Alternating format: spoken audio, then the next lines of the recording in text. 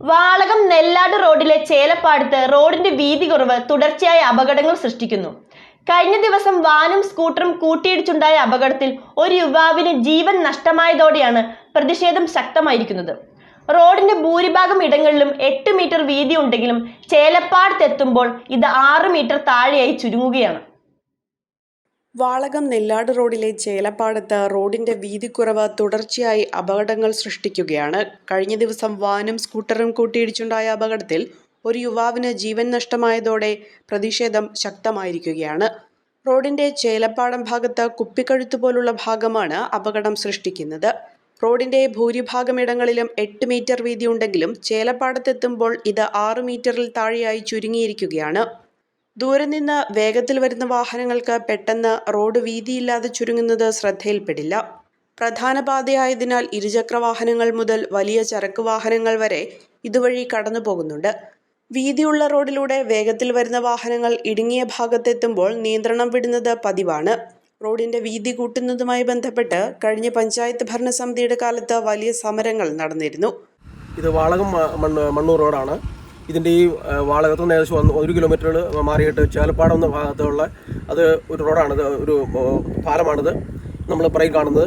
അത് വർഷങ്ങൾക്ക് മുമ്പ് തന്നെ ഈ റോഡ് വികസനത്തോട് ബന്ധപ്പെട്ട് റോഡിൻ്റെ വികസനങ്ങൾ നടന്നു. അത് ശരിക്കും ഈ ചേലപ്പാടം ഭാഗം ഏകദേശം ഒരു 10 അടിയോളം ഈ മഴക്കാലത്ത് വെള്ളം കയറുന്ന ഭാഗമാണത്.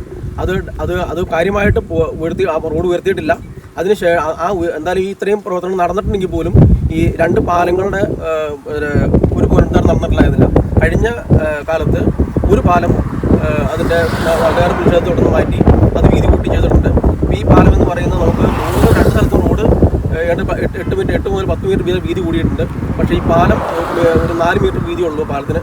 അപ്പോൾ അതിൻ്റേതായിട്ടുള്ള പ്രശ്നമുണ്ട്. കാരണം കഴിഞ്ഞ ദിവസം ഒരു ആളിവിടെ യുവാവായിട്ടുള്ള എം ജോർജ് എന്ന് പറയുന്ന ആൾ ഒരു ആക്സിഡൻറ്റിൽ ദയനീയമായിട്ട് മരിക്കുന്ന സാഹചര്യം ഉണ്ടായിട്ടുണ്ട്.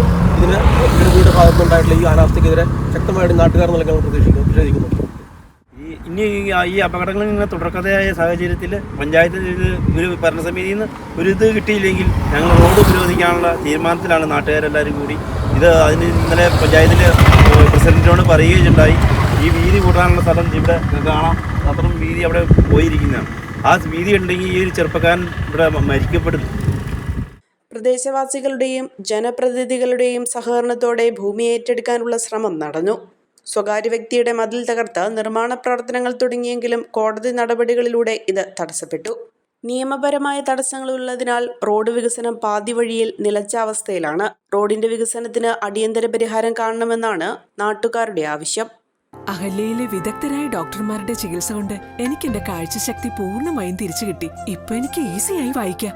നേത്ര സംരക്ഷണത്തിന് നമ്മുടെ Ahalya. Ahalya foundation eye hospital, കേരളത്തിൽ എല്ലായിടത്തും.